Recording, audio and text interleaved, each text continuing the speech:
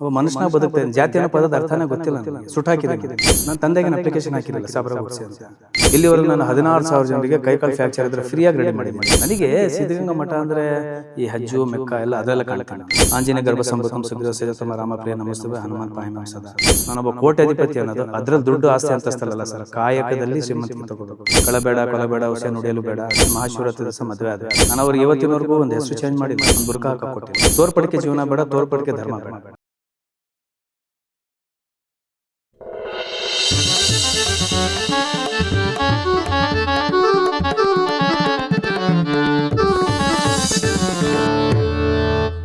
ನಮಸ್ಕಾರ, ನಾನು ಹರೀಶ್ ನಾಗರಾಜು. ಇದು ನ್ಯೂಸು. ಪ್ರೀತಿಯಿಂದ ನನ್ನ ಹರಿ ಅಂತ ಕರೀತಾರೆ. ನನ್ನ ಜೊತೆ ಕುಳಿತುಕೊಳ್ಳೋ ಸೆಲೆಬ್ರಿಟಿಗಳ ಕಥೆ ಇದು ಹರಿಕತೆ. ನಿಮ್ಮೆಲ್ಲರಿಗೂ ಸ್ವಾಗತ.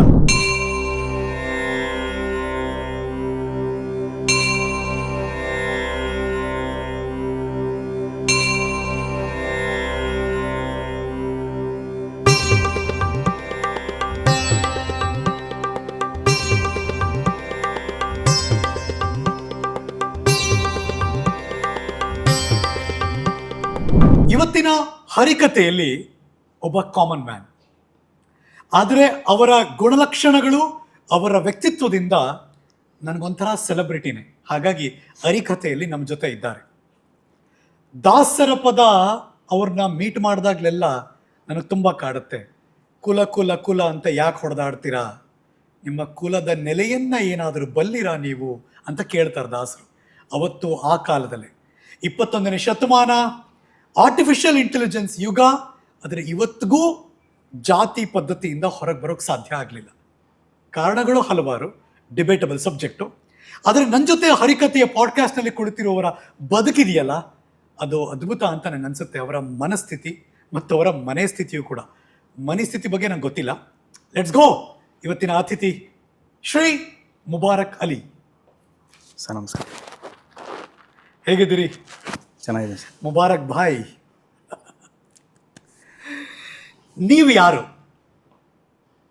ಒಬ್ಬ ಮನುಷ್ಯ ಅಷ್ಟೇ. ಸಾಮಾನ್ಯವಾಗಿ ಯಾರೇ ಇವತ್ತಿನ ಯುಗದಲ್ಲಿ ರಾಜಕಾರಣದಿಂದ ಹಿಡಿದು ಯಾವುದೋ ಕೆಲಸ ತೆಗೆದುಕೊಳ್ಳೋ ತನಕ ಅಥವಾ ಇನ್ಯಾವುದೋ ಇನ್ಫ್ಲೂಯೆನ್ಸ್ ಯೂಸ್ ಮಾಡೋ ತನಕ ಜಾತಿ ವ್ಯವಸ್ಥೆಯಿಂದ ಆಚೆಗೆ ಬರಲ್ಲ ಜನ. ಆ ಮೆಂಟಾಲಿಟಿಲೇ ಇರ್ತಾರೆ. ಯಾರಾದರೂ ನಿಮ್ಮನ್ನು ಆ ಥರ ಕೇಳಿದ್ರೆ ಏನು ಫೀಲ್ ಮಾಡ್ತೀರಾ ಮುಬಾರಕ್ ಭಾಯ್? ಬುದ್ಧಿ ತುಂಬಿದ ಕೆಂಡ ಆಗಿದೆಯಲ್ಲ ಅವ್ರ ಜೀವನ. ಅಂದರೆ ಜಾತಿ ಅನ್ನೋದು ತುಂಬ್ಕೊಂಡಿದ್ದಾರಲ್ಲ ಬೂದಿಯಾಗಿ, ಅದು ತೆಗೀಲಿ, ಕೆಂಡ ಆಚೆ ಬರುತ್ತೆ. ಜಾತಿ ಇಲ್ಲದೆ ಹಂಗ.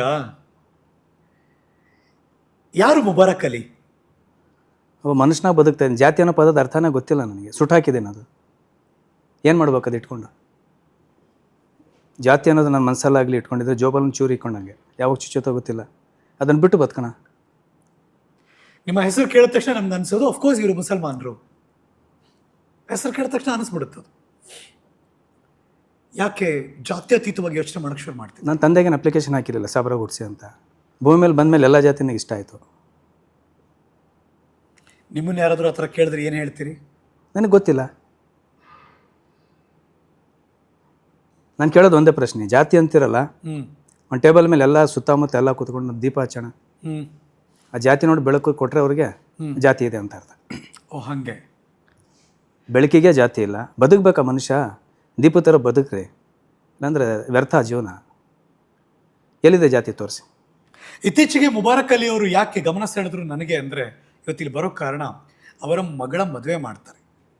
ಮದುವೆ ಮಾಡಿದ್ದಷ್ಟೇ ಅಲ್ಲ, ಮದುವೆ ಹೇಗೆ ಮಾಡಿದ್ರು ಅನ್ನೋದು ಬಹಳ ಮುಖ್ಯ ಆಯಿತು ನನಗೆ. ನಿಮ್ಮ ಮಗಳ ಮದುವೆ ಆಯಿತು. ಹೌದು. ಅಭಿನಂದನೆಗಳು. Thank you. ಮಗಳ ಹೆಸರೇನು? ಮುಸ್ಕಾನ್. ಮುಸ್ಕಾನ್ ಮುಬಾರಕ್ ಅಲಿ ಅವರ ಮದುವೆ ಆಯಿತು. ಮುಸ್ಕಾನ್ ಅವರು ಮದುವೆ ಆಗಿದ್ದು ಯಾರಿಗೆ?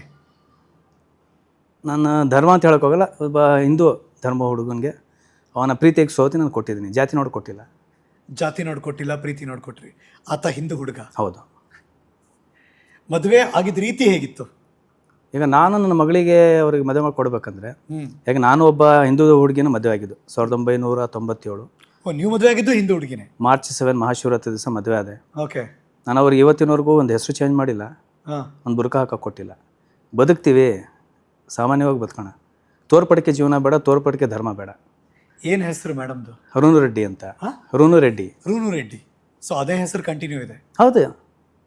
ಆಧಾರ್ ಕಾರ್ಡ್ ತೊಗೊಳ್ಳಿ, ಅವ್ರದ್ದು ಯಾವುದೇ ಡಾಕ್ಯುಮೆಂಟ್ಸ್ ತೊಗೊಳ್ಳಿ, ಅದೇ ಇದೆ, ಚೇಂಜ್ ಮಾಡಿಲ್ಲ ನಾನು. ಓಕೆ, ಈಗ ಮಗಳು ಮದುವೆ ಮಾಡಿದ್ರಿ, ಅವರು ಹಾಗೆ ಇದ್ದಾರೆ. ಹಾಗೆ ಇದೆ. ಯಾವ ಸಂಪ್ರದಾಯದಲ್ಲಿ ಮದುವೆ ಮಾಡಿಕೊಟ್ರಿ? ಸಂಪೂರ್ಣ ಅಡಿಯಿಂದ ಹಿಡಿದು ಮುಡಿಯೋವರೆಗೂ ನಿಮ್ಮ ಸಂಪ್ರದಾಯ, ನಂದು ಒಂದೂ ಇಲ್ಲ.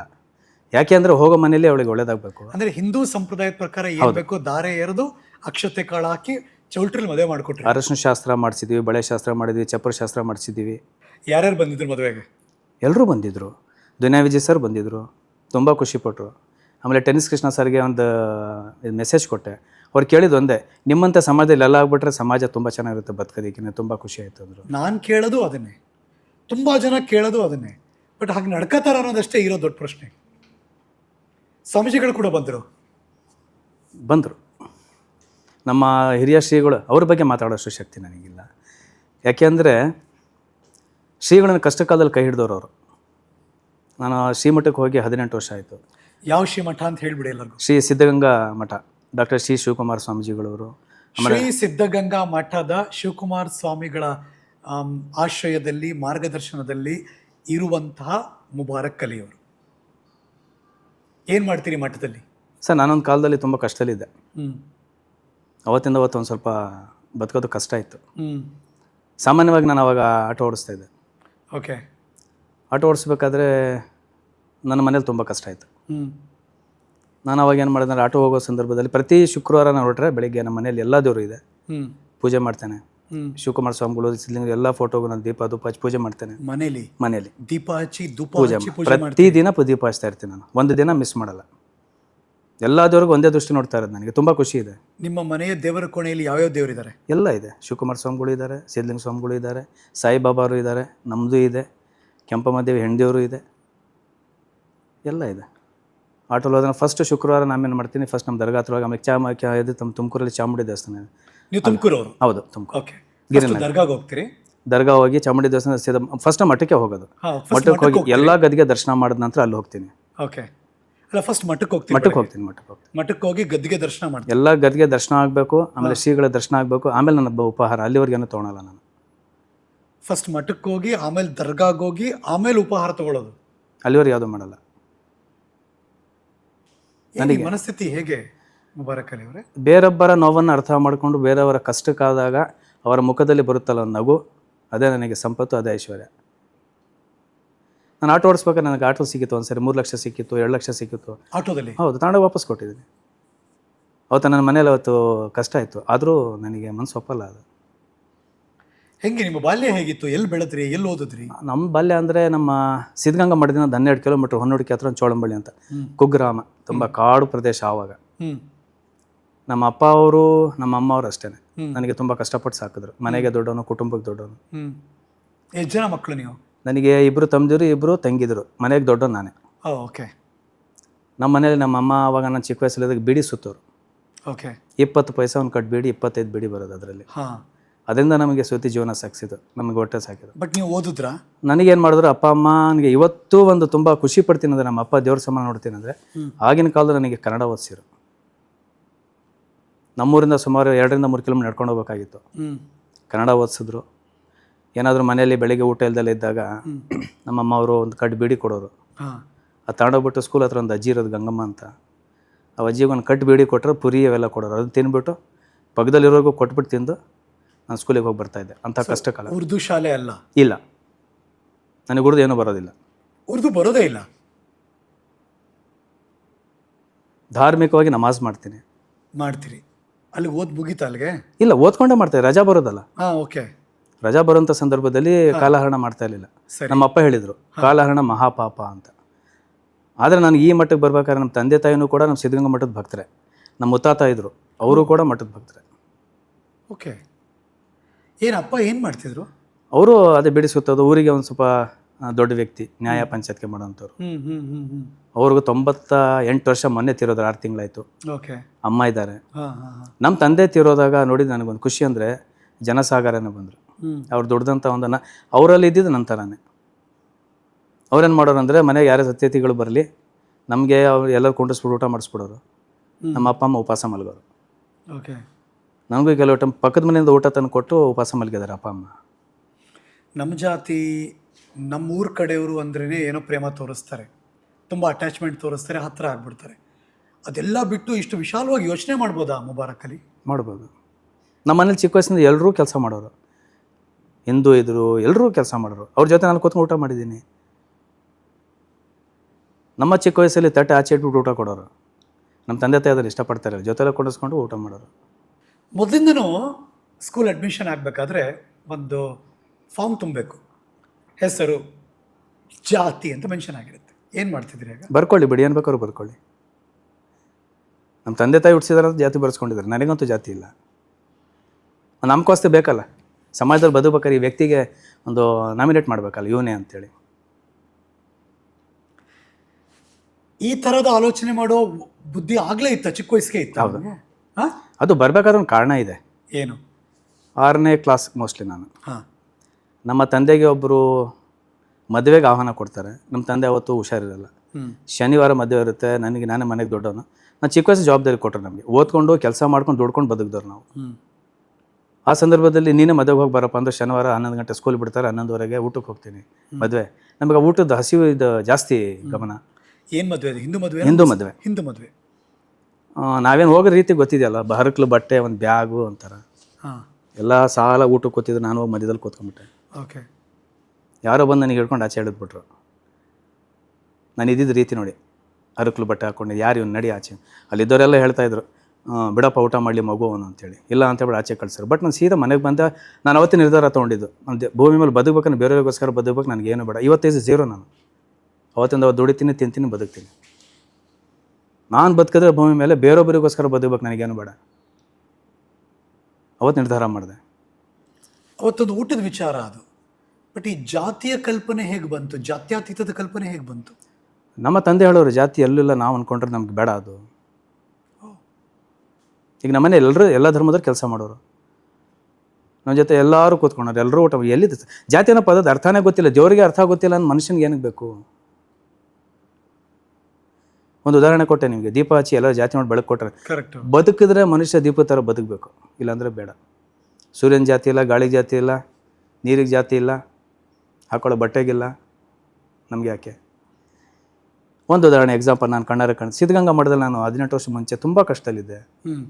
ಶ್ರೀಗಳನ್ನು ಕೈ ಹಿಡಿದ್ರು. ಅವ್ರು ಯಾವ ಜಾತಿ ನೋಡಿಲ್ಲ, ಅವರು ಯಾವ ಧರ್ಮ ನೋಡಿಲ್ಲ, ಪಂಥ ನೋಡಿಲ್ಲ, ನನ್ನ ವ್ಯಕ್ತಿತ್ವ ನೋಡಿ ಕೊಟ್ಟರು. ಇವತ್ತು ನಾನು ಅದನ್ನು ನಿಭಾಯಿಸ್ಕೊಂಡು ಹೋಗ್ತಾ ಇದ್ದೀನಿ. ನಾನೆಲ್ಲೂ ದೇವ್ರು ನೋಡಿಲ್ಲ, ಯಾವ ಧರ್ಮದಲ್ಲೂ ಹಿಂಗಿದೆ ಹಂಗಿದೆ, ಯಾವ ಧರ್ಮದ ಇಲ್ಲಿಯವ್ರು ಯಾರು ಕಂಡಿಲ್ಲ ದೇವ್ರು. ನಾವು ಅನ್ಕೋಬಹುದು, ನಾನು ಕಣ್ಣಾರೆ ಕಂಡಿರೋಂಥ ದೇವ್ರು ಅಂದರೆ ಸಿದ್ಧಗಂಗಾ ಮಠ. ಅವರ ಕಣ್ಣಲ್ಲಿ ನಾನು ತಂದೆ ತಾಯಿನೂ ಕಾಣ್ತೀನಿ, ಆ ದೇವ್ರನ್ನೂ ಕಾಣ್ತೀನಿ. ದೊಡ್ಡವರಿದ್ದಾಗ ನೀವು ಹೋದ್ರಲ್ಲ, ಅಂದರೆ ಡಾಕ್ಟರ್ ಶ್ರೀ ಶಿವಕುಮಾರ ಮಹಾಸ್ವಾಮೀಜಿಗಳು ನಿಮ್ಮನ್ನು ನೋಡಿ ಏನಂದಿದ್ರು ಅವತ್ತು? ಅವನು ಪ್ರಶಸ್ತಿ ಕೊಟ್ಟಿದ್ದರು. ನನ್ನ ಸಮಾಜ ಸೇವೆ ಅಲ್ಲಿಗೆ ನನಗೆ ನಾನಾ ರೀತಿಯ ಪ್ರಶಸ್ತಿಗಳೆಲ್ಲ ಬಂದು ಸಮಾಜ ಸೇವೆಯಲ್ಲಿ. ಈ ಕೆಲವು ಡೆಡ್ ಬಾಡಿಗಳಂಥದ್ದು, ಕಷ್ಟದಲ್ಲಿದ್ದರೆ ಸಹಾಯ ಮಾಡೋವಂಥದ್ದು, ಈ ಬಡವ ಮಕ್ಕಳಿಗೆ ವಿದ್ಯಾಭ್ಯಾಸಕ್ಕೆ ನಾನು ಸಹಾಯ ಮಾಡಿರೋಂಥದ್ದು. ಇಲ್ಲಿವರೆಗೂ ನಾನು 16,000 ಜನರಿಗೆ ಕೈಕಾಲು ಫ್ರ್ಯಾಕ್ಚರ್ ಆದರೆ ಫ್ರೀಯಾಗಿ ರೆಡಿ ಮಾಡಿದ್ದೀನಿ. ಅಂದರೆ ಈ ಕೈ ಫ್ರ್ಯಾಕ್ಚರ್ ಆಗೋದಂದ್ರೆ ಬೀಳೋದು, ಕತ್ತು ನೋವು, ಬೆನ್ನು ನೋವು, ಫ್ರೀಯಾಗಿ ಮಾಡಿದೆ. 1 ರೂಪಾಯಿ ವಹಿಸ್ಕೊಂಡಿಲ್ಲ. ಅಂದರೆ ಏನು ಟ್ರೀಟ್ಮೆಂಟ್ ನೀವು ಕೊಡ್ತೀರಾ? ನಾನು ಕೊಡ್ತೀನಿ. ನೀವು ಟ್ರೀಟ್ಮೆಂಟ್ ಕೊಡ್ತೀರಾ? ಫಿಸಿಕಲ್ ಟ್ರೈನರ್ ನಾನು. ಅಂದರೆ ಉಳುಕಿರುತ್ತಲ್ಲ ಟ್ರೀಟ್ಮೆಂಟ್? ಹೌದು. 16,000 ಜನರಿಗೆ ಮಾಡಿದ್ದೀನಿ, ಯಾರಿಗೂ ಗೊತ್ತಿಲ್ಲ. ಬಾ, ಎಲ್ಲಿ ಮಾಡ್ತೀರಿ ಇದನ್ನೆಲ್ಲ? ಅಲ್ಲ, ಮಠದಲ್ಲೇ ಮಾಡ್ತೀನಿ. ಮಠದಲ್ಲೇ ಸುಮಾರು ದಿನಕ್ಕೆ ಒಂದು 10 ಜನ ಹುಡುಗರು ಬರ್ತಾರೆ. ಅಲ್ಲಿ ಬಿದ್ದು ಸಿದ್ಧಗಂಗಾ ಮಠದಲ್ಲೇ ಮಾಡ್ತೀರಿ? ಹೊರಗಡೆವರೆಗೂ ಮಾಡ್ತೀನಿ. ಹೊರಗಡೆ ಮನೆಗೆ ಹುಡುಕೊಂಡ್ಬರ್ತಾರೆ, 3 ಗಂಟೆ ರಾತ್ರಿ ಬಂದು ಡೋರ್ ಬಿಡ್ತಾರೆ. ಹೆಂಗೆ ಈ ಕಲೆ ಹೆಂಗೆ ಬಂತು ನಿಮಗೆ? ಅಥವಾ ಈ ನಾನು ಆ್ಯಕ್ಚುಲಿ ಚಿಕ್ಕ ವಯಸ್ಸಿಂದ ಕುಸ್ತಿ, ಕರಾಟೆ ಇವೆಲ್ಲ ಇತ್ತಲ್ಲ. ಓಕೆ. ನಾನು karate black belt, state champion ಆವಾಗ 97. Karate black belt, state champion. Okay. ಆಮೇಲೆ ಜಿಮ್ ಕೋಚರು. ಓಕೆ. ನಮ್ಮ ತಂದೆ ಏನು ಮಾಡಿ ವಿದ್ಯೆ ಜೊತೆ ಕಲೆಯನ್ನು ಕಲಿಸಿರೋ ಅವಾಗ. ಆಗಿನ ಕಾಲದಲ್ಲಿ ಗೊತ್ತಲ್ವ, ಕರೆಕ್ಟ್. ಶಿಕ್ಷೆ ಕೊಟ್ಟು ಕಲೆ ಕಲಿಸೋರು. ನಮಗೆ ಬಾಕ್ಸಿಂಗಲ್ಲಿ ವರ್ಲ್ಡ್ ಫೇಮಸ್ ಆ ಅಲಿ ಗೊತ್ತಿತ್ತು. ಇಲ್ಲಿ ಈ ಅಲಿ ಇವಾಗಲೇ ಗೊತ್ತಾಗ್ತಿರೋದು ನಮಗೆ. ನಮ್ಗೆ ಯಾರಿಗೂ ಗೊತ್ತೇ ಇಲ್ಲ ನೋಡಿ, ಈ ಥರದ್ದು ಯಾರೋ ಒಬ್ರು ಇದ್ದಾರೆ, ಈ ಥರದ್ದೆಲ್ಲ ಮಾಡ್ತಾರೆ ಅಂತ. ಅವ್ರ ಹತ್ರ ದುಡ್ಡು ತೊಗೋತೀರಾ? ಯಾರು ಟ್ರೀಟ್ಮೆಂಟ್ಗೆ ಬರ್ತಾರೆ ಅವ್ರ ಹತ್ರ? 1 ರೂಪಾಯಿ ಮುಟ್ಟಿಲ್ಲ. ನನ್ನ ಕಲೆಗೆ ಬೆಲೆಯಲ್ಲಿದೆ ಅವಾಗ. ಓಕೆ. ಸಿದ್ಧಗಂಗಾ ಮಠದಲ್ಲಿ ನಿಮ್ಮ ಜವಾಬ್ದಾರಿ ಏನು? ಸ್ವಚ್ಛತಾ ಮೇಲ್ವಿಚಾರಕ. ಸ್ವಚ್ಛತಾ ಮೇಲ್ವಿಚಾರಣೆ. ಸೊ ಇಡೀ ಸಿದ್ಧಗಂಗಾ ಮಠದಲ್ಲಿ ಎಲ್ಲೇ ನೀಟ್ ಆ್ಯಂಡ್ ಕ್ಲೀನ್ ಇದ್ರು ಅದಕ್ಕೆ ಮೂಲ ಕಾರಣ ಮಿಸ್ಟರ್ ಮುಬಾರಕ್ ಅಲಿ. ನಾನಾಗಿರ್ಬೋದು, ಜೊತೆ ಕೆಲಸ ಮಾಡ್ತಾ ಇದ್ದಾರಲ್ಲ ಅವ್ರು ವೆರಿ ಇಂಪಾರ್ಟೆಂಟ್ ನನಗೆ. ಇದು ಬಹುಶಃ ಯಾರಿಗೂ ಗೊತ್ತಿರಲಿಕ್ಕಿಲ್ಲ. ಅಂದರೆ ಒಂದು ಮಠದಲ್ಲಿ, ವೀರಶೈವ ಮಠದಲ್ಲಿ ಅಫ್ಕೋರ್ಸ್ ಸಾವಿರ ಗಟ್ಟಲೆ ವಿದ್ಯಾರ್ಥಿಗಳು ಓದ್ತಿದ್ದಾರೆ, ಲಕ್ಷಗಟ್ಟಲೆ ವಿದ್ಯಾರ್ಥಿಗಳು ಓದಿ ಉನ್ನತ ಮಟ್ಟಕ್ಕೂ ಹೋಗಿದ್ದಾರೆ. ಆದರೆ ಆ ಸಿದ್ಧಗಂಗಾ ಮಠದಲ್ಲಿ 10 ವರ್ಷಗಳಿಂದ ಸ್ವಚ್ಛತೆಯ ಮೇಲ್ವಿಚಾರಣೆ ನೋಡ್ಕೊಳ್ತಿರೋರು ಒಬ್ಬ ಮುಸಲ್ಮಾನ್ ಬಂಧು ಮಿಸ್ಟರ್ ಮುಬಾರಕ್ ಅಲಿ. ನನಗೆ ಸಿದ್ಧಗಂಗಾ ಮಠ ಅಂದರೆ ಈ ಹಜ್ಜು ಮೆಕ್ಕ ಎಲ್ಲ ಅದೆಲ್ಲ ಕಾಣ್ತೀನಿ ನಾನು. ಯಾಕೆಂದರೆ 10,000 ಜನ ಮಕ್ಕಳಿದ್ದಾರೆ, ಅಲ್ಲೇ ದೇವ್ರು ಕಾಣ್ಬೋದು. ಎಲ್ಲ ಧರ್ಮದವರು ಇದ್ದಾರಲ್ವ, 114 ಜಾತಿ ಮಕ್ಕಳು ಓದ್ತಾ ಇದ್ದಾರೆ ಅಲ್ಲಿ. ಅಂಥ ಒಂದು ಪುಣ್ಯಕ್ಷೇತ್ರ, ಆ ಜಾಗದಲ್ಲಿ ಒಂದು ಜಾತಿ ಇಲ್ಲ. ನನಗೆ ಇವತ್ತಿನವರೆಗೂ ಆ ಪುಣ್ಯಕ್ಷೇತ್ರ ಯಾರು ಜಾತಿ ಅಂತ ನೋಡೇ ಇಲ್ಲ. ನನಗೆ ಪ್ರತಿ ದಿವಸ ಬುದ್ಧಿರೋಗಿ ನಮಸ್ಕಾರ ಮಾಡಿ ಸಮಾಧಾನ ಇರಲ್ಲ. ಪ್ರತಿದಿನ ಅವ್ರಿಗೆ ನೋಡಲೇಬೇಕು, ನಾನು ಮುಖಾದ್ರ ನೋಡ್ಬೇಕು, ಅವ್ರ ಪಾದ ಸ್ಪರ್ಶ ಮಾಡಬೇಕು. ಎಲ್ಲರೂ ಅವ್ರ ಪಾದನ ಹೀಗೆ ಮಾಡ್ತಾನೆ, ಹಿಂಗೆ ಕೆಳಗಡೆ ಪಾದ ಕೈ ಇಕ್ತೀನಿ ನಾನು, ಹಿಂಗೆ ಕೆಳಗಡೆ ಪಾದ ಕೆಳಗಡೆ ಇಕ್ತೀನಿ, ಅಂಗಾಲು. ಹಂಗಾಲಿ ಪಾದ ಎರಡು ನನಗೆ ಸ್ಪರ್ಶ ಆಗ್ಬೇಕು. ಅದು ನಿಮ್ಮ ಕೈ ಮೇಲೆ ಅವ್ರು ಕಾಲಿಟ್ಟಂಗೆ ಲೆಕ್ಕ ಅದು. ಈಗಲೂ ಸಿದ್ಧಲಿಂಗ ಮಹಾಸ್ವಾಮಿಗಳಿಗೂ ಈಗಲೂ ಅಷ್ಟೇ, ಸಾಯೋರ್ಗೂ ಅಷ್ಟೇ. ಎಷ್ಟೋ ಜನ ಹೇಳ್ತಾನೆ, ಯಾವಾಗಲಾದರೂ ಆ ಶ್ರೀಮಠದ ಕೆಲಸ ಜವಾಬ್ದಾರಿ ಹೆಚ್ಚಾಗಿರುತ್ತೆ. ಅಲ್ಲಿ ಯಾರೇ ತೀರೋದ್ರು ಕೂಡ ನಾನೇ ಎತ್ತುತ್ತೇನೆ. ಅಮಾಯಕರು ಬಂದು ತೀರೋಗ್ಬಿಡ್ತಾರೆ ಪಾಪ. ಹೌದು, ಅವರ ಪೋಷಕರಿಗೆ ದೇಹನ ಸಾಗಿಸೋವರೆಗೂ ಬುದ್ಧಿಯವರು ನಮಗೆ ಆದೇಶ ಮಾಡಿರ್ತಾರೆ. ಆದರೆ ನೀವೇ ನೋಡ್ಕೋತೀರಿ. ಆದರೆ ಬುದ್ಧಿಯವರಲ್ಲಿ ನೋಡಿ ದೇವರು ಅದೇ, ನನಗೇನು ಯಾರೂ ಇಲ್ಲ ಸರ್. ಅನ್ಕೋಬೋದು 1000 ಜನ, ನನಗೆ ಗೊತ್ತಿಲ್ಲ. ಅದೇ ನನಗೆ ದೇವರು. ನಾನು ಕಷ್ಟ ಕಾಲಕ್ಕೆ ಜೀವನಕ್ಕೆ ಬಾಳ್ಕೊಟ್ರು ಅಂತಲ್ಲ, ಅವರಲ್ಲಿರೋ ಆ ಶಕ್ತಿನೇ ಆಗಿದೆ. ನನ್ನ ಬಗ್ಗೆ 100 ಜನ ಏನೇನೋ ಹೇಳಲಿ, ಅವ್ರೇನು ಹೇಳಿದ್ರು ಕೂಡ ಅವರು ನಂಬಲ್ಲ. ನಾನು ಮುಂದೆ ಹೋದಾಗ ಒಬ್ಬರಿಗೆ ಕೆಲಸ ಇದೆ ಅಷ್ಟು ಮಾಡಿ ಅಂದಾಗ ನಾವೆಷ್ಟು ಸೋತೋಗ್ಬಿಡ್ತೀನಿ ಅಂದರೆ, ನಾನು ಕೆಲವ್ರು ಹೋದ್ರೆ ಒಳಗಡೆ ಬುದ್ಧಿಯವ್ರು ಬೈತಾರೆ ಇವರಿಗೆ ಅನ್ನೋ ಅವ್ರ ಭಾವನೆಯಲ್ಲಿರ್ತಾರೆ. ನಾನು ಹೋದಾಗ ಅವ್ರು ಹೇಳೋ ಒಂದು ಶೈಲಿ ಇದೆಯಲ್ಲ, ಆದರೆ ನಾನು ಚಿಕ್ಕ ವಯಸ್ಸಿನ ನಾನು ಯಾವುದೇ ಕೆಲಸ ಮಾಡಿದ್ರು ಕೂಡ, ಇವತ್ತು ನಾನು ಮಠದಲ್ಲಿ ಕೆಲಸ ಮಾಡಿದ್ರೂ ಕೂಡ ಎಲ್ಲರೂ ಇಲ್ಲಿಂದ ಮಾಡಬಹುದು. ಬಟ್ ನಾನು ಯಾವುದೇ ಕೆಲಸ ನನ್ನ ತಂದೆ ತಾಯಿಗೆ ಎಷ್ಟು ನಾವು ಪ್ರೀತಿಸ್ತೀನೋ, ನನ್ನ ಗುರುಗಳಾದ ಸಿದ್ಧಲಿಂಗ ಸ್ವಾಮೀಜಿಗಳಿಗೆ ಆಗಲಿ, ಶಿವಕುಮಾರ ಸ್ವಾಮಿ, ಶಿವಸಿದ್ದೇಶ್ವರ ಸ್ವಾಮಿಗಳು ಎಲ್ರಿಗೂ ಎಷ್ಟು ಪ್ರೀತಿಸ್ತೀನೋ ಅದೇ ಪ್ರೀತಿಯನ್ನು ನಾನು ಕಾಯಕ ಕೊಡ್ತೀನಿ. ಆ ಕೆಲಸ ಏನಿದೆಯಲ್ಲ, 10 ಜನ ಅದನ್ನು ಅಸಹ್ಯ ಪಡುವಂಥ ಕೆಲಸಕ್ಕೆ ನಾನು ಇಲ್ಲಿಂದ ಹೃದಯದಿಂದ ಕೆಲಸ ಮಾಡ್ತೀನಿ. ಅವ್ರು ಮುಟ್ಟೋಕ್ಕಾಗಲ್ಲ, ನೋಡೋಕ್ಕಾಗಲ್ಲ, ಆ ಕೆಲಸ ಮಾಡೋದು ನನಗೆ ಖುಷಿ ಇದೆ. ಯಾರು ಈ ಥರ ಬದುಕ್ತಿಲ್ಲ, ನೀವಷ್ಟೇ ಈ ಥರ ವಿಭಿನ್ನವಾಗಿ ಯೋಚನೆ ಮಾಡಿ ಬದುಕ್ತಿದ್ದೀರಾ ಅಂದಾಗ ನಿಮ್ಮ ಪಂಗಡ, ನಿಮ್ಮ ಸಮಾಜ ಹೇಗೆ ಟ್ರೀಟ್ ಮಾಡುತ್ತೆ? ನನ್ನೊಂದು ಒಳ್ಳೆ ಕೆಲಸ ಇದ್ದರೆ ಸಮಾಜ ಏನು ಮಾಡುತ್ತೆ? ಅದು ಅವರೇ ತಾನೇ ಬಯಸೋದು. ಮುಬಾರಕ್ ಬಾಯ್, ಪ್ರಾಕ್ಟಿಕಲ್ ಆಗಿ ಯೋಚನೆ ಮಾಡಿದ್ರೆ ಈ ಥರ ಬದುಕೋದು ಕಷ್ಟ ಈಗ. ಅಂದರೆ ಆ ಥರದ ವಾತಾವರಣ ನೋಡ್ಬಿಟ್ಟಿದ್ದೀವಿ ನಾವು. ಪಕ್ಕದ ಏರಿಯಾ ಕಂಡ್ರೆ ಆಗಲ್ಲ, ಜಾತಿ ನಡುವೆ ಕಿತ್ತಾಟ, ಎಲ್ಲೋ ಒಬ್ರಿಗೂ ಫ್ರೆಂಡ್ಸ್ ಇರ್ತಾರೆ ಅಷ್ಟೇ. ಬಟ್ ಕುಲ್ಲಂ ಹಿಂಗೆ ಹೇಳಿ ಬದುಕಿ ನಡೆದುಕೊಳ್ಳೋರು ಭಾಳ ಕಷ್ಟನೇ. ಎಲ್ಲೋ ಹೆಕ್ಕಿ ತೆಗಿಬೇಕು ನಿಮ್ಮಂಥವ್ರನ್ನ ಅಷ್ಟೇ. ಬಟ್ ಅದು ಒಳ್ಳೇದು, ಆರೋಗ್ಯಕ್ಕೆ, ಸ್ವಾಸ್ಥ್ಯ ಸಮಾಜಕ್ಕೆ ಭಾಳ ಒಳ್ಳೇದು, ನಾನು ಹೇಳ್ತೀನಿ ಅದನ್ನು. ಬಟ್ ಅದು ನಿರ್ಧಾರ ತೊಗೊಂಡ್ರಲ್ಲ ಅಂತ ನಂಗೆ ಭಾಳ ಆಶ್ಚರ್ಯ ಆಗ್ತಿರೋದು. ಮಾಡಬೇಕು. ಈಗ ನಾನು ಸತ್ತರೆ ಕೊಳ್ಳಿ ಇಡೋರು ಯಾರು? ನಮ್ಮವರೇ. ಸುಟ್ಟಾಕೋರು ಯಾರು? ನಮ್ಮವರೇ. ತಾಂಡೋಪಿಂಡ ನೀರಲ್ಲಿ ಬಿಡೋರು ಯಾರು? ನಮ್ಮವರೇ. ಮನೆಗೆ ಹೋದಾಗ ನನ್ನ ಬಟ್ಟೆಯಲ್ಲಿ ಆಚೆ ಎಸಿತಾರೆ, ನಾನು ನೆಗೆಟಿವ್ ಎನರ್ಜಿ ಎಲ್ಲಿ ಬಂದುಬಿಡುತ್ತೋ ಒಳಗಡೆ ಅಂತೇಳಿ. ಆದರೆ ಅದೇ ನಾನು ದುಡಿದು ಒಡವೆ ಆಸ್ತಿ ಇದ್ರೆ ಎಸಿತಾರೆ ಅವರು. ಅದ್ರ ಬದಲು ಕಾಯಕ ಮಾಡಿ ಹೋಗ್ಬಿಡೋಣ. ನಾವು ಹುಟ್ಟು ಮತ್ತು ಸಾವು, ಹುಟ್ಟೋದು ಕರ್ಮ ಅಂತೆ, ಸಾಯೋದು ಧರ್ಮ. ಹುಟ್ಟು ಮತ್ತು ಸಾವು ನಡುವೆ ಇರುವಂಥ ಗೆರೆ ಏನಿದೆಯಲ್ಲ, ಅದು ಒಳ್ಳೇದು ಬರುತ್ತೆ, ಸತ್ತರೆ ಒಳ್ಳೇದು. ಒಬ್ಬ ವ್ಯಕ್ತಿ ಸತ್ತರೆ ನಾ ಮುಂದು ನಿಮ್ಮೊಂದು ಅಂತ ಬರ್ಬೇಕು ಹೆಗಲ್ ಕೊಡೋಕ್ಕೆ. ಅದನ್ನು ಬಿಟ್ಟು ಅಥವಾ ಒಂದು ಸತ್ತ ಬೇಡ ಕೂಡ್ಕ ಏನೋ ಒಂದು ಆ ಥರ ಸಾವು ಬೇಡ. ಬಟ್ ನಿಮ್ಮ ಪಂಗಡದಲ್ಲಿ ನಿಮಗೆ ವಿರೋಧ ವ್ಯಕ್ತ ಆಗಿಲ್ಲ? ಇಲ್ಲ. ಇಡೀ ಯಾರು ವಿರೋಧ ಮಾಡಿಲ್ವ? ಇಲ್ಲ, ಮಾಡಿಲ್ಲ, ಯಾರೂ ಮಾಡಿಲ್ಲ, ಇವತ್ತಿನವ್ರಿಗೆ ಯಾರೂ ಮಾಡಿಲ್ಲ. ಅಲ್ಲ, ಹಾಗಿತ್ತು ಒಳ್ಳೆ ಬೆಳವಣಿಗೆ ನನ್ನ ಕೇಳಿದ್ರೆ. ಅವ್ರೇನು ಹೇಳ್ತಾರೆ? ಒಳ್ಳೇದು ಅಷ್ಟೇ. ಒಳ್ಳೇದು ಮಾಡಿದ್ರೆ ಯಾವ ಧರ್ಮಕ್ಕೂ ವಿರೋಧ ಅಲ್ವಲ್ಲ. ಯಾಕೆ ಪ್ರಶ್ನೆ ಅಂದರೆ, ಈ ಕೂತ್ ಮಾತಾಡ್ತಿದ್ದೀವಿ, ಅಲ್ಲೆಲ್ಲೋ ಯುದ್ಧ ನಡೀತಾ ಇದೆ, 3ನೇ ಯುದ್ಧದ ಥರ ಅದು ಕಾಣಿಸ್ತಾ ಇದೆ. ಇರಾನ್ ಅನ್ನುವಾದಂಥ ದೊಡ್ಡ ದೇಶ, ಇನ್ಯಾರು ಅಟ್ಯಾಕ್ ಮಾಡಿದ್ದಾರೆ, ಇವರು ಅಟ್ಯಾಕ್ ಮಾಡ್ತಿದ್ದಾರೆ. ಅಲ್ಲೇನೋ ಆದರೆ ಬೆಂಗಳೂರಿನಲ್ಲಿ, ಭಾರತದ ಯಾವುದೋ ಮೂಲೆಯಲ್ಲಿ ಇನ್ನಿತರರು ಇಲ್ಲಿ ದೊಡ್ಡ ಪ್ರೊಟೆಸ್ಟ್ ಮಾಡ್ತಾರೆ, ಇಲ್ಲಿ ಅಳ್ತಾರೆ. ಅಂಥದ್ರಲ್ಲಿ ನಿಮ್ಮ ಆಲೋಚನೆ ಬೇರೆ ಥರ ಇದೆಯಲ್ಲ. ನಮ್ಮ ಭಾರತ ದೇಶ ಏನಿದೆಯಲ್ಲ, ಸರ್ವಧರ್ಮಗಳ ಸಮನ್ವಯ ಬಿಂದು ಇದು, ಕೇಂದ್ರ ಬಿಂದು ಇದು. ಎಲ್ಲ ಧರ್ಮದವರು ಬದುಕ್ತಾರೆ. ನೆರೆಯ ಶತ್ರು ರಾಷ್ಟ್ರದ ಬಾವುಟವನ್ನು ಇಲ್ಲಿ ಹಾರಿಸಿ ವಿಜೃಂಭಿಸಿದ ಉದಾಹರಣೆಗಳನ್ನು ನೋಡ್ಬಿಟ್ಟಿದ್ದೀವಿ. ನಿಮಗೂ ಗೊತ್ತು ಮುಬಾರಕ್ ಇದು. ಆ ಥರದ ಯೋಚನೆ ಇನ್ಯಾರೋ ಗೌಪ್ಯವಾಗಿ ಅಡಗಿ ಕುಳಿತು ಇನ್ಯಾರ್ದೋ ಮಾಹಿತಿಯ ಮೇರೆಗೆ ಇಲ್ಲೆಲ್ಲ ಧ್ವಂಸ ಮಾಡಕ್ಕೆ ಕಾಯ್ತಿರೋರನ್ನ ನಾವು ನೋಡ್ಬಿಟ್ವಿ ನಾವು. ಅಂಥದ್ರ ಮಧ್ಯೆ ನಿಮ್ಮ ಆಲೋಚನೆ ತುಂಬ ವಿಭಿನ್ನವಾಗಿ ಕಾಣುತ್ತೆ. ಬರಬೇಕು ಸರ್. ಮನುಷ್ಯತ್ವಕ್ಕೂ ಮನುಷ್ಯನಿಗೂ ತುಂಬ ವ್ಯತ್ಯಾಸ ಇರುತ್ತೆ. ಎಲ್ಲದಕ್ಕೂ ಮನುಷ್ಯನಿಗೆ ದೇವರು ಆಲೋಚನೆ ಯೋಚನೆ ಮಾಡೋ ಶಕ್ತಿ ಕೊಟ್ಟಿದಂತಾನೆ. ಎಲ್ಲರೂ ಇದೆ, ನನ್ನ ಹತ್ರ ಯಾಕಿಲ್ಲ? ಸುಮಾರು ಜನ ಇದ್ದಾರೆ. ಸ್ವಾರ್ಥಿ ಜೀವನ, ಸ್ವಾರ್ಥಿ ಬದುಕು, ನಾನು ನಂದು ನಮ್ಮದಂತ ಬರೋದಿಲ್ಲ ಅವ್ರ ಬಾಯಿಂದ. ಈಗ ನಾನು ಇವತ್ತು ಅಷ್ಟು ಊಟಕ್ಕೆ ಕೂತ್ಕೊಂಡ್ರೆ ತಟ್ಟೆಯಲ್ಲಿ ರೊಟ್ಟಿ ಹಾಕ್ತಾರೆ ಗೊತ್ತಾ, 4 ತುಂಡು ಮಾಡಿ ಸೈಡಿಗಿಡ್ತೀನಿ, 4 ಪೀಸ್ ಮಾಡ್ತೀನಿ, ಅದು ಒಂದೊಂದೇ ತೆಗಿತೀನಿ. ಆ ಟೈಮಲ್ಲಿ ಯಾರನ್ನ ಬಂದರೆ ಹೆಂಡ್ಲಾಗಬಾರ್ದು, ಅದನ್ನು ಅವನಿಗೆ ಕೊಡ್ತೀನಿ. ದೇವಸ್ಥಾನಕ್ಕೆ ಹೋಗ್ತೀರಾ? ಹೌದು. ಯಾವ ದೇವಸ್ಥಾನ? ಎಲ್ಲ ದೇವಸ್ಥಾನ. ಶನಿವಾರ ಹೋದರೆ ಶನಿವಾರ ದೇವಸ್ಥಾನಕ್ಕೆ ಹೋಗ್ತೀನಿ. ಪ್ರತಿ ದಿವಸ ಸಿದ್ಧಗಂಗಾ ಮಠ ಎಲ್ಲ ಗದಿಗೆ ದರ್ಶನ ಮಾಡ್ತೀನಿ, ಶ್ರೀಗಳ ದರ್ಶನ ಮಾಡ್ತೀನಿ. ಚಾಮುಂಡಿ ದೇವಸ್ಥಾನಕ್ಕೆ ಹೋಗ್ತೀನಿ. ಧರ್ಮಸ್ಥಳಕ್ಕೆ ಹೋಗಿ ಮಂಡ್ಯ ಕೊಟ್ಟು ಬಂದಿರೋ ಸಂದರ್ಶನ ಇದೆ. ಮಂಡ್ಯ ಕೊಟ್ಟು ಬಂದಿದ್ದೀನಿ. ಧರ್ಮಸ್ಥಳಕ್ಕೆ ಹೋಗಿ ಮುಡಿ ಕೊಡ್ತೀರಿ? ಒಬ್ಬ ಮನುಷ್ಯ ಆಗಲಿ ಒಂದು ಕಲ್ಲಾಗಿ ಹೊರಗಡೆ ಬರ್ತಾನೆ. ಆ ಕಲ್ಲಿಗೆ ಹುಳಿ ಹಿಟ್ಟು ತಿನ್ನಬೇಕು, ಲಕ್ಷಾಂತರ ಹುಳಿ ಹಿಟ್ಟು ತಿಂದು ಆ ನೋವನ್ನು ತಡ್ಕೊಂಡ್ರೆ ಮಾತ್ರ ಅದ್ರಲ್ಲಿ ದೇವ್ರ ಸೃಷ್ಟಿ ಆಗೋದು, ಇಲ್ಲಾಂದ್ರೆ ಆಗೋಕ್ಕೆ ಸಾಧ್ಯ ಇಲ್ಲ. ನಾನು ಇಷ್ಟಕ್ಕೆಲ್ಲ ಮೂಲ, ನನಗೆ ಕಾರಣ ನಮ್ಮ ಸಿದ್ಧಲಿಂಗ ಮಹಾಸ್ವಾಮೀಜಿಯವರು, ಶಿವಕುಮಾರ ಮಹಾಸ್ವಾಮೀಜಿಗಳವರು, ಶಿವಸಿದ್ದೇಶ್ವರ ಸ್ವಾಮಿಗಳು. ಇವತ್ತೇನೇ ಕಲ್ತಿರೋ ಸಂಸ್ಕಾರ ಎಲ್ಲ ಕಲ್ತಿರು ಕೂಡ ಮಠನೇ. ನನಗೊಂದು ಜವಾಬ್ದಾರಿ ಕೊಡ್ತಾರೆ ಬುದ್ಧಿಯವರು, ನಾನು ನಿಭಾಯಿಸ್ಬಿಟ್ಟು ಕೊಡ್ತೀನಿ ಅವರಿಗೆ. ಈ ಥರದ ಬೇರೆ ಧರ್ಮದ ರೀತಿ ನೀತಿಗಳನ್ನ ಒಪ್ಪಬೇಕಾದ್ರೆ ನಿಮ್ಮ ಧರ್ಮದ ಒಂದಷ್ಟು ಅಡಿಪಾಯಗಳಿದ್ದೇ ಇರುತ್ತಲ್ಲ, ನಿಯಮಗಳಿದ್ದೇ ಇರುತ್ತಲ್ಲ, ಅದನ್ನ ಯಾರು ಪ್ರಶ್ನೆ ಮಾಡಿಲ್ವಾ? ಅದ್ರ ಬಗ್ಗೆ ಪರಿಶೀಲನೆ ಎಲ್ಲ ಒಂದೇ ಕಾಣ್ತಾ ಇದೆಯಲ್ಲ. ಆ ಧರ್ಮದಲ್ಲಿರೋದು ಈ ಧರ್ಮದಲ್ಲಿರೋದು ಎಲ್ಲಿ ವ್ಯತ್ಯಾಸ ಎಲ್ಲಿದೆ? ಮಾಡೋ ಪದ್ಧತಿ ಬೇರೆ ಇರ್ಬೋದು, ಆಚಾರ ವಿಚಾರಗಳು ಬೇರೆ ಇರ್ಬೋದು. ಅದರಲ್ಲೂ ಸರಿ ತಪ್ಪು ಅಂತ ಕಾಣ್ತಾ ಇದೆ, ಇದರಲ್ಲೂ ಸರಿ ತಪ್ಪು ಅಂತ ಕಾಣ್ತಾ ಇದೆ. ಪುಣ್ಯ ಮಾಡಿದ್ರೆ ಪುಣ್ಯ ಸಿಗುತ್ತೆ, ಕರ್ಮ ಮಾಡಿದ್ರೆ ಕರ್ಮ ಸಿಗುತ್ತೆ. ವ್ಯತ್ಯಾಸ ಇಲ್ವಲ್ಲ. ಶೋರೂಮ್ ನೋಡೋದು ಬೇಡ, ನಾವು ಗೋಡನ್ ನೋಡೋಣ. ಏನಿದೆ ಒಳಗಡೆ, ಹೊರಗಡೆ ಏನಾನ ಹಾಕು, ಅದು ಲೆಕ್ಕ ಒಳಗಡೆ ಇರೋದ್ರೆ ವೆರಿ ಇಂಪಾರ್ಟೆಂಟ್. ಎಲ್ಲ ಹಬ್ಬಗಳನ್ನ ಆಚರಣೆ ಮಾಡ್ತೀರಿ? ಹೌದು. ಯಾಕೆ ಮಾಡಬಾರ್ದು? ತಪ್ಪೇನಿಲ್ಲ.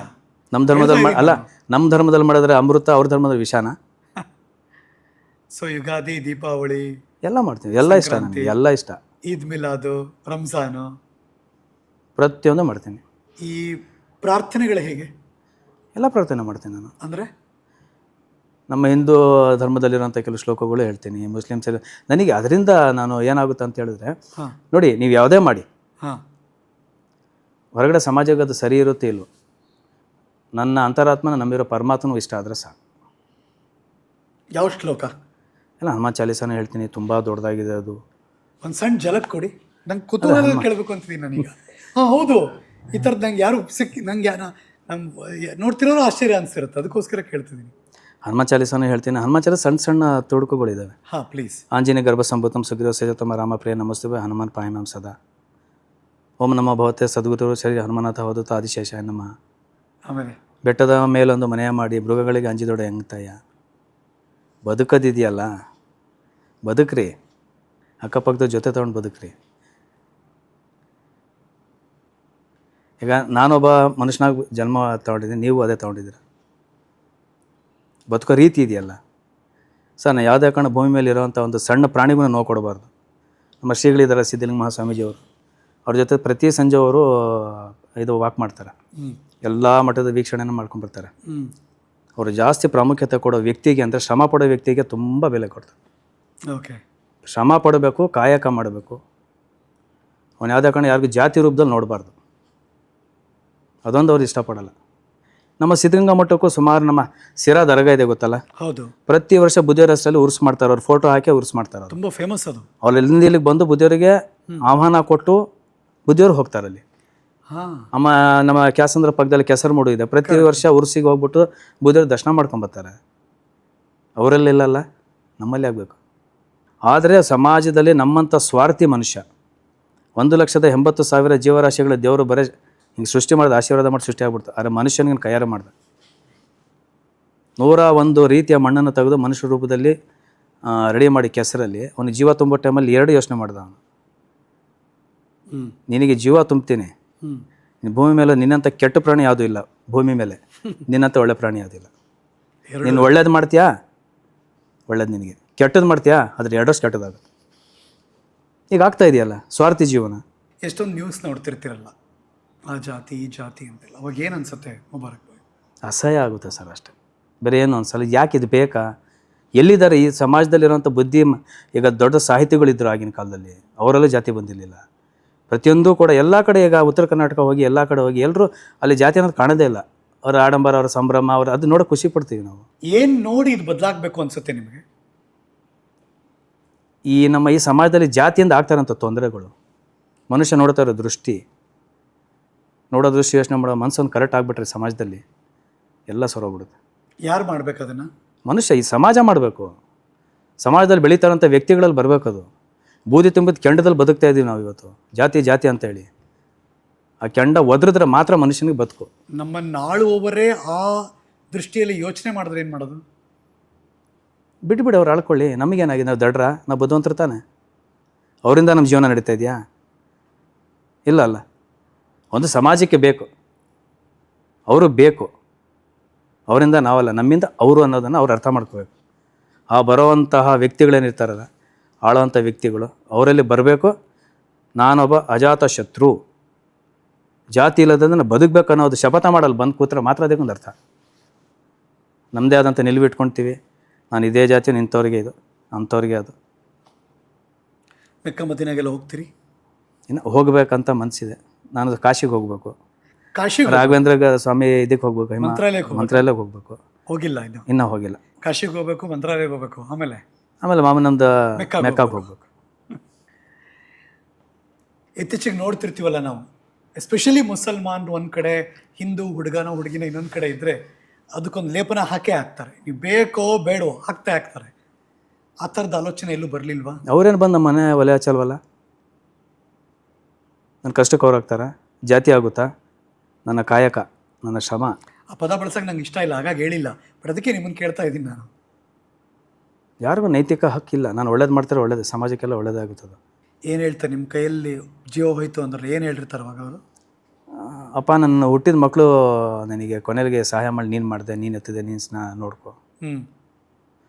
ಸರ್ ಅಷ್ಟೇ ಸರ್. ಜೀವನದಲ್ಲಿ ಏನು ಗೊತ್ತಾ, ಇವತ್ತು ನಾನು ಇಲ್ಲಿ ನನ್ನ ಮನೇಲಿ ನಾನು ಸ್ನಾನ ಮಾಡಿರ್ತೀನಿ. ನಾಳೆ ನಾನೇ ಮಾಡ್ತೀನೋ ಬೇರೆಯವ್ರು ಮಾಡಿಸ್ತಾರೋ ಗೊತ್ತಿಲ್ಲ. ಆ ನಡುವೆ ಏನಾದರೂ ಒಳ್ಳೇದು ಮಾಡಬೇಕು. ಶ್ರೀಮಂತ ಆಗಿ ಏನಾಗ್ಬೇಕು? ನನಗೆ ಏನಾಗಬಹುದು?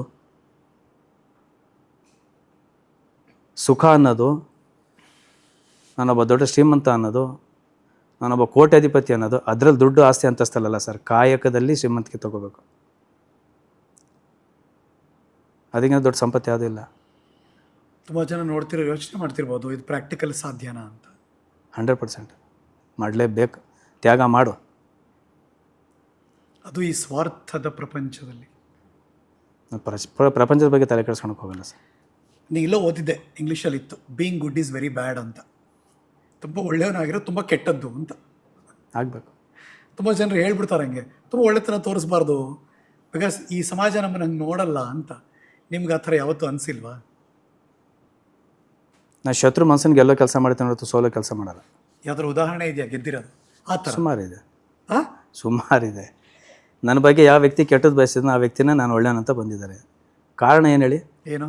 ನನ್ನ ಕಾಯಕ, ನನ್ನ ಸೇವೆ. ಯಾರು ನನ್ನ ಬೈದಿರೋ ಅವ್ರ ಸೇವೆನೇ ಮಾಡಿದ್ದೀನಿ ನಾನು. ಇವತ್ತು ಕೂಡ ನನಗೆ ಬೆಳಗ್ಗೆದ್ರೆ ಬಾತ್ರೂಮ್ ತೊಳಿತೀನಿ ಸಿದ್ಧಗಂಗಾ ಮಠದಲ್ಲಿ. ಬಾತ್ರೂಮ್ಗಳು ತೊಳಿತೀನಿ ನಾನು. ನನ್ನ ಜೊತೆ 20 ಜನ ಕೆಲಸ ಮಾಡ್ತಾವ್ರೆ. ಅವ್ರು ಮಾಡ್ಲಿಕ್ಕೆ ಬಂದಿಲ್ಲ, ನಾನು ಹೋಗಿ ಮಾಡ್ತೀನಿ.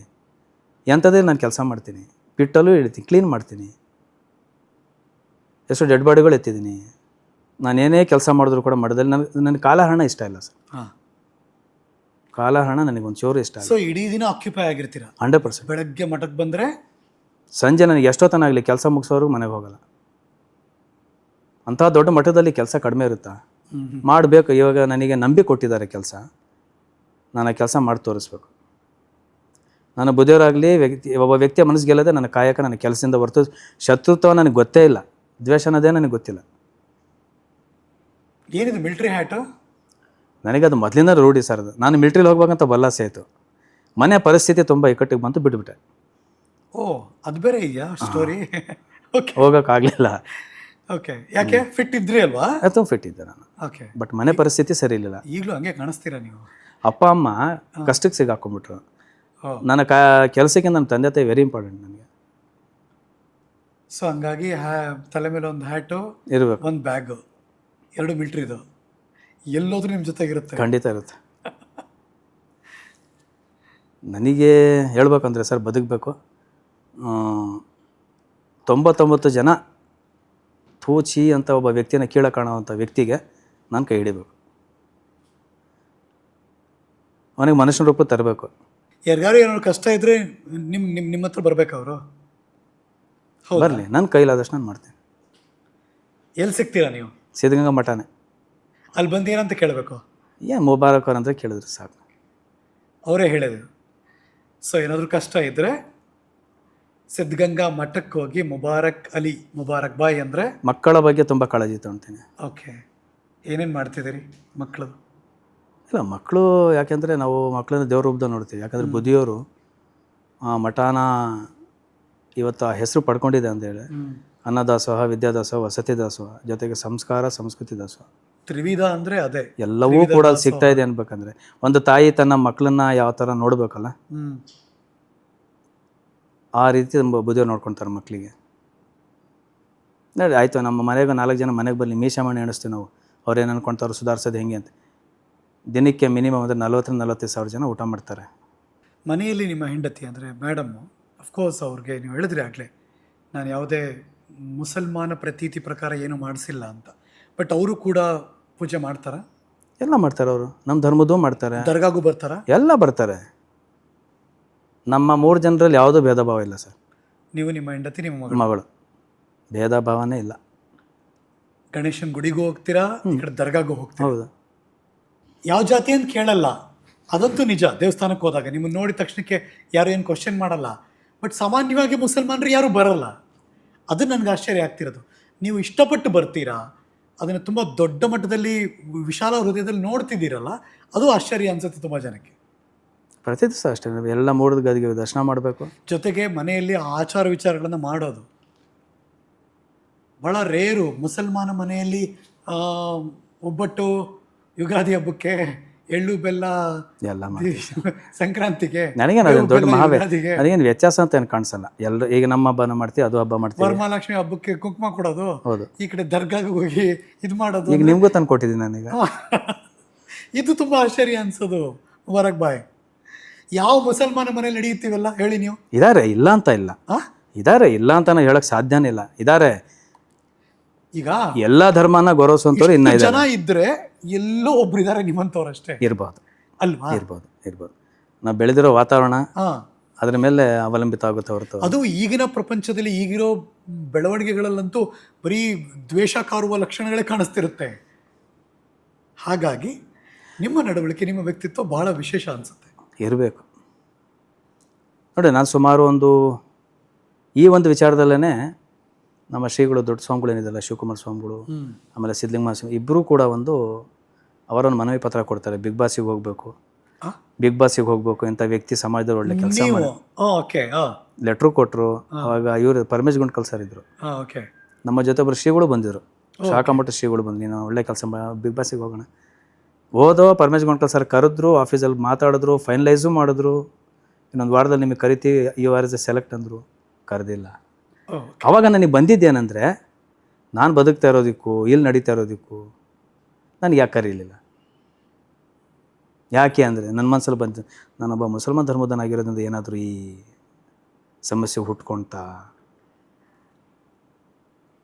ನನಗೆ ನೆನಪಿರೋ ಹಂಗೆ ಬಿಗ್ ಬಾಸ್ ಸೀಸನ್ 12 ಏನೋ ಮುಗ್ದಿದೆಯಲ್ಲ, 14 or 15 ಅಷ್ಟು ಆಗಿದೆ. ಈಗ ಒಂದು 7ನೇ ಬಿಗ್ ಬಾಸ್ 8ನೇ ಬಿಗ್ ಬಾಸ್ ಅನಿಸುತ್ತೆ, ಒಬ್ಬ ಮುಸ್ಲಿಂ ಇದ್ದರು ಒಳಗಡೆ, ಬಾಂಬೆಯಿಂದ ಬಂದಿದ್ದ. ಆತನ ಹೆಸರು I still remember, Riyaz Basha ಅಂತ. ಅದರ ಎಂಟರ್ಟೈನ್ಮೆಂಟ್ ಫೀಲ್ಡ್ ಅದು. ಈವೆಂಟ್ಸು, ಕಾಮೆಂಟ್ರಿ, ಆ್ಯಂಕರಿಂಗು, ಆ ಥರದ್ದೊಬ್ಬ ರಿಯಾಜ್ ಬಾಷಾ ಅಂತ ಒಬ್ರು ಬಂದಿದ್ದರು. I remember that. ಅಲ್ಲ, ನಾನು ಹೇಳೋದೇನೆಂದರೆ, ಒಬ್ಬ ಬಿಗ್ ಬಾಸ್ ಇದನ್ನು ನಡೆಸಲಿ, ತೊಂದರೆ ಇಲ್ಲ. ನನಗೆ ತುಂಬ ಖುಷಿ ಇದೆ. ಕಲ್ಲಾಗಿ ಹೋಗ್ತಾನೆ, ಮನುಷ್ಯನಾಗ ಆಚೆ ಬರ್ತಾನೆ. ತಿದ್ದು ತೀಡಿ ಅವ್ರಿಗೊಂಥರ ಆಗಿ ಬಟ್ಟೆ ಹಣ್ಣದಂಗೆ ಹಿಂಡ್ಬಿಟ್ಟು ಸಮಾಜದಲ್ಲಿ ಏನೇನು ಆಗ್ತಾಯಿದೆ, ಅವ್ನು ಯಾವ ಥರ ಪರಿವರ್ತನೆ ಆಗಬೇಕು. ನನಗೆ ಹಾಗೆ ಅನಿಸಲ್ಲ ಅಂತ ಹೇಳಿದೆ ಅಷ್ಟೇ. ಅದೊಂದೇ ಕಾರಣ ಇರುತ್ತೆ ಅನ್ನೋದು ನಂಗೆ ಐ ಡೋಂಟ್ ಥಿಂಕ್ ಸೊ, ಗೊತ್ತಿಲ್ಲ ನನಗೆ. ಹಾಗಾಗಿ ನನಗೆ ಆವಾಗಲಿಂದ ಒಂದು ಸ್ವಲ್ಪ ನಂಗೆ ಗೊತ್ತಿಲ್ಲ. ಬಟ್ ಅದೊಂದು ಕಾರಣ ಇರೋಕ್ಕೆ, ಬಿಕಾಸ್ ಅದಕ್ಕೆ ನೆನಪಿಸ್ಕೊಂಡೆ ಯಾರಿದ್ರು ಇಷ್ಟು ಎಪಿಸೋಡ್ಗಳಲ್ಲಿ ಅಂದಾಗ ಐ ಸ್ಟಿಲ್ ರಿಮೆಂಬರ್ ಒಂದು ಹೆಸರು. ಏನಾರು ಸಂಸ್ಥೆ ಗಿಂಸ್ಥೆ ಮಾಡಿದಿರಿ? ಇಲ್ಲ ಸರ್, ನನ್ನ ಸ್ವಂತ ಇದು, ಸ್ವಂತ. ಅವೆಲ್ಲ ಇಷ್ಟ ಇಲ್ಲ ನನಗೆ. ಈ ಸಮಾಜ ಸೇವೆಯನ್ನು ಗುರುತಿಸ್ಬಿಟ್ಟು ಡಾಕ್ಟರ್ ಶ್ರೀ ಶಿವಕುಮಾರ ಸ್ವಾಮಿಗಳು ಶ್ರೀ ಸಿದ್ಧಗಂಗಾ ಧರ್ಮ ಸಮನ್ವಯ ಶಿಲ್ಪಿ ಅಂತ ಒಂದು ಅವಾರ್ಡ್ ಕೊಟ್ಟರು. ಧರ್ಮ ಸಮನ್ವಯ ಶಿಲ್ಪಿ ಅಂತ. ಹಾಂ, ಒಳ್ಳೆ ಅವತ್ತು ಆಗಿದ್ದು ಖುಷಿ ಯಾವುದಿಲ್ಲ.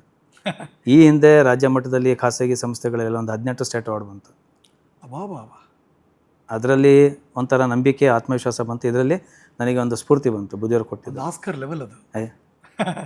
ಹೌದು, ಇವತ್ತು ನನ್ನ ಡಿ ಪಿಲಿ ಅದೇ ಇಟ್ಕೊಂಡಿದ್ದೆ ನಾನು. ಹೌದು, ಅದೇನಾ ಅದು? ಓಕೆ ಓಕೆ, ಅದೇ ಡಿ ಪಿಲಿ ಇರ್ಬೇಕು ನನಗೆ. ಅಲ್ಲ, ಅವ್ರ ಆಶೀರ್ವಾದ, ಅವ್ರ ಕೃಪಾ ಕಟಾಕ್ಷ ಅಂದರೆ ಅದು ಸರ್, ಅದು ಭೂಲೋಕದ ಪಿತಾಮಹ. ಕೆಲವರು ಶ್ರೀಕುಮಾರ ಸ್ವಾಮೀಜಿಗಳಾಗಲಿ, ಸಿದ್ಧಲಿಂಗ ಮಹಾಸ್ವಾಮೀಜಿಗಳಾಗಲಿ, ಶಿವಸಿದ್ದೇಶ್ವರ ಸ್ವಾಮಿಗಳಿಗಾಗಲಿ ಯಾರು ದೇವ್ರ ಹತ್ರ ಬೇಡೋಂಥ ಅವಶ್ಯಕತೆ ಇಲ್ಲ. ಅವ್ರಿಗೆ ಒಳ್ಳೇದು ಮಾಡು, ಅವರಿಗೆ ಸ್ವರ್ಗ ಪ್ರಾಪ್ತಿ ಮಾಡಿ, ದೇವರೇ ಸ್ವರ್ಗದಿಂದ ಅವ್ರಿಗೆ ಕಳಿಸಿದ್ದಾರೆ ಭೂಮಿ ಮೇಲೆ. ಇವು ನಾವೇನು ಬಯಸೋದಂಥದ್ದು. ನನಗೂ ಇರಲಿ, ನಮ್ಮ ಮಕ್ಕಳಿಗಿರಲಿ, ಮೊಮ್ಮಕ್ಕಳಿಗೂ ಇರಲಿ, ಆಸ್ತಿನೋ ದುಡ್ಡು ಜಾತಿನೋ ಅನ್ನುವ ಈ ಕಾಲದಲ್ಲಿ ಅಂತ ಕೇಳ್ತಾ ಇದ್ದೀನಿ. ಸೀಮಿತ, ಮಿತ್ಮಿರ್ಬೋದು, ದುರಾಸೆ ಇರ್ಬೋದು, ಆಸೆ ಇರ್ಬೇಕು. ಈಗ ನಮ್ಮ ತಂದೆ ತಾಯಿ ನಮಗೇನು ಮಾಡಿಲ್ಲ, ಬದುಕ್ತಾ ಇಲ್ಲ ಚೆನ್ನಾಗಿ. ಕಷ್ಟದಲ್ಲಿ ಅವ್ರು ಸಾಕಿದೆ ದೊಡ್ಡ ಆಸ್ತಿ ನಮಗೆ, ಅವ್ರು ಜನ್ಮ ಕೊಟ್ಟಿದ್ದು ದೊಡ್ಡ ಆಸ್ತಿ.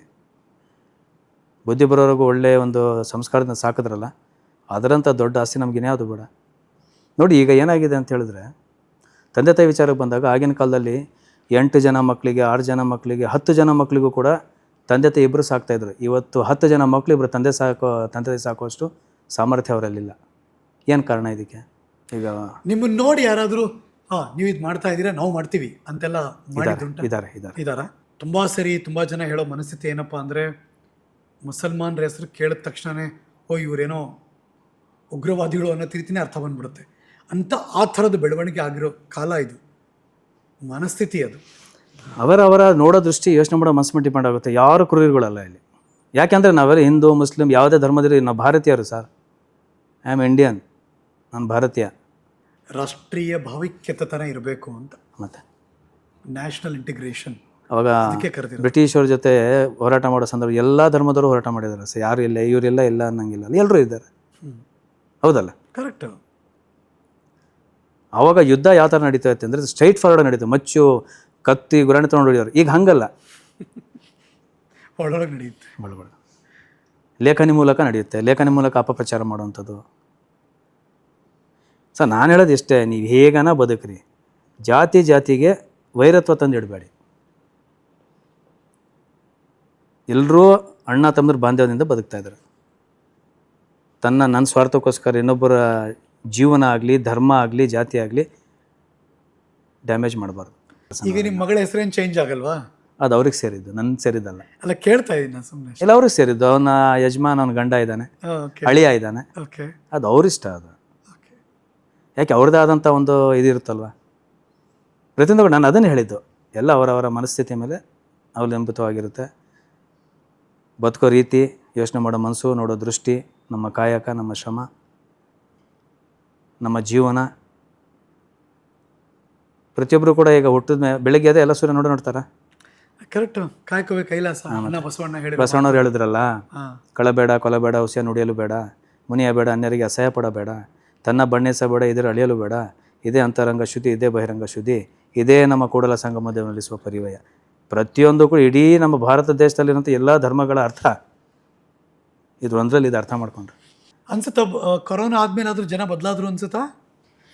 ಎಲ್ಲಿ ಸರ್, ಈ ಪದ್ಧತಿ ಇದ್ರೆ ಎಲ್ಲಿ ಬದಲಾಗುತ್ತೆ? ಈ ಆಲೋಚನೆಗಳಿದ್ರೆ ಎಲ್ಲಿ ಬದಲಾಗುತ್ತೆ?